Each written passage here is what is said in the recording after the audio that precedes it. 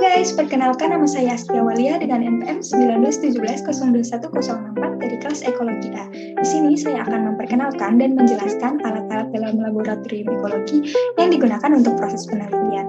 Kira-kira teman-teman udah pada bisa nebak belum sih alat itu apa aja? Nah, untuk selengkapnya, kalian bisa simak video ini sampai akhir ya. Kita langsung aja ke alat yang pertama. Di sini ada anemometer. Anemometer merupakan suatu alat yang berfungsi untuk mengukur arah dan kecepatan angin. Nah, gambarnya untuk yang di sebelah kanan saya ini merupakan versi tradisional. Nah, untuk yang di sebelah bawah saya ini merupakan versi digital dan lebih modern. Kita bisa menggunakan alat ini dengan cara menekan tombol on atau off, lalu akan tampil item pengukuran pada layar tampilan.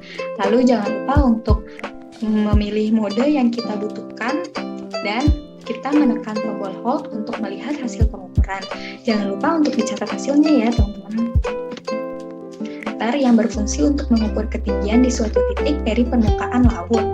Cara kerjanya kita bisa menempatkan altimeter pada posisi yang datar dan pastikan nivo berada di tengah lingkaran. Selanjutnya kita atur tanda indikator yang ada tanda plus dan minusnya agar berada di tengah dengan cara putar tuas pemutar yang besar yang berada pada altimeter. Selanjutnya, aturlah ketinggian pada titik 0 meter dengan cara tarik ke atas lalu putar tuas yang kecil. Kemudian pindahkan altimeter ke tempat yang ketinggiannya akan kita ukur. Lalu yang terakhir ada carilah ketinggian tempat yang diinginkan dengan cara mengatur dan memutar jarum indikator hingga berada di tengah. Lalu bacalah skala yang muncul. Selanjutnya ada alat klinometer. Nah, gambarnya ini seperti yang ada di atas saya. Fotonya seperti busur yang sering kita pakai nggak sih teman-teman? Nah, alat ini berfungsi untuk menentukan besar sudut elevasi dalam suatu tinggi objek secara tidak langsung. Cara kerjanya itu kita bisa menentukan objek yang akan kita ukur ketinggiannya. Misalkan mengukur tinggi pohon, kita bisa bidik ujung pohon, kemudian kita tembakkan. Lalu kita lihat hasilnya pada klinometer. Selanjutnya kita bisa memperhitungkan tinggi pohon dengan rumus H sama dengan D tan theta plus HI, di mana H merupakan tinggi pohon, D merupakan jarak pengamat ke pohon, dan HI merupakan jarak mata pengamat ke dasar pohon. Selanjutnya ada sekidis yang merupakan alat yang gak asing lagi ya bagi kita. Sekidis merupakan piringan hitam dan putih di mana memiliki prinsip kerja. Jika piringan yang berwarna putih ini masih terlihat di suatu kedalaman tertentu, berarti menandakan bahwa terdapat cahaya di kedalaman tertentu.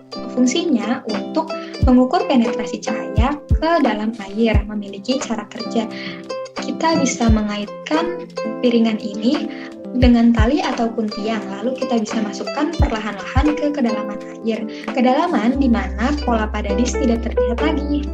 Selanjutnya ada konduktivimeter yang merupakan suatu alat yang berfungsi untuk mengukur konduktivitas atau kadar ion di dalam suatu perairan. Cara kerjanya yaitu kita bisa mengkalibrasikan alat ini dengan cara mencelupkan bagian bawah alat tersebut.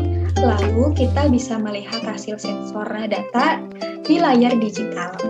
Selanjutnya ada deep water sampler yang merupakan alat tabung transparan yang kita gunakan di dalam suatu perairan secara vertikal. Gambarnya seperti yang ada di samping kiri saya. Lalu cara kerjanya kita bisa mengaitkan sebuah kait yang bisa menahan tabung tetap terpisah dari tutup atas dan tutup bawahnya. Kemudian masukkan alat tersebut dengan kait terpasang ke dalam badan air yang akan diambil sampelnya. Setelah kedalaman yang diinginkan tercapai, kita bisa menjatuhkan beban yang terpasang pada tali. Nah, beban tersebut akan menghantam kait dan tutup atas dan tutup bawah tabung agar bergerak mengunci tabung sehingga air yang di dalam tabung tidak akan terkontaminasi dengan air yang lain. Selanjutnya kita bisa naikkan tabung dengan menyeret talinya ke atas. Nah, tahu nggak sih teman-teman kalau misalkan alat ini merupakan alat yang efisien dan efektivitasnya tinggi karena tidak ada air yang terkontaminasi dan tidak ada air yang kita tidak inginkan.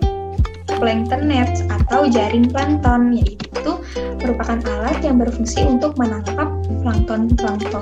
Nah, plankton sendiri itu merupakan mikroorganisme kecil yang berada di dalam suatu perairan. Cara kerjanya kita bisa membuka mulut, dipegang secara terbuka dengan mulut jaring di atasnya. Lalu kita masukkan ke dalam air agar semua air beserta planktonnya ikut terbawa. Lalu air tersebut pada jaringnya disaring, lalu kerucut di bawah jaring untuk menangkap sang planktonnya. Selanjutnya ada refraktometer yang berfungsi untuk mengukur kadar garam air di suatu perairan. Cara kerjanya kita bisa meneteskan refraktometer dengan aquades, lalu kita bisa lap sisa-sisa aquades yang melebar. Lalu kita bisa teteskan air sampel yang ingin diketahui kadar garamnya dan diteropong dari sisi ujung refraktometer. Selanjutnya ada termohigrometer yang berfungsi untuk mengukur suhu dan kelembapan. Di sini terdapat dua skala, di mana yang satu untuk menunjukkan kelembapan dengan simbol H dan menunjukkan suhu atau temperatur dengan simbol derajat Celcius. Cara kerjanya kita bisa meletakkan di tempat yang akan kita ukur kelembapannya, kemudian ditunggu dan bacalah skalanya. Nah, teman-teman, ternyata materi yang saya sampaikan sudah cukup sampai di sini. Kita bertemu di lain waktu ya. Terima kasih teman-teman yang sudah menyaksikan.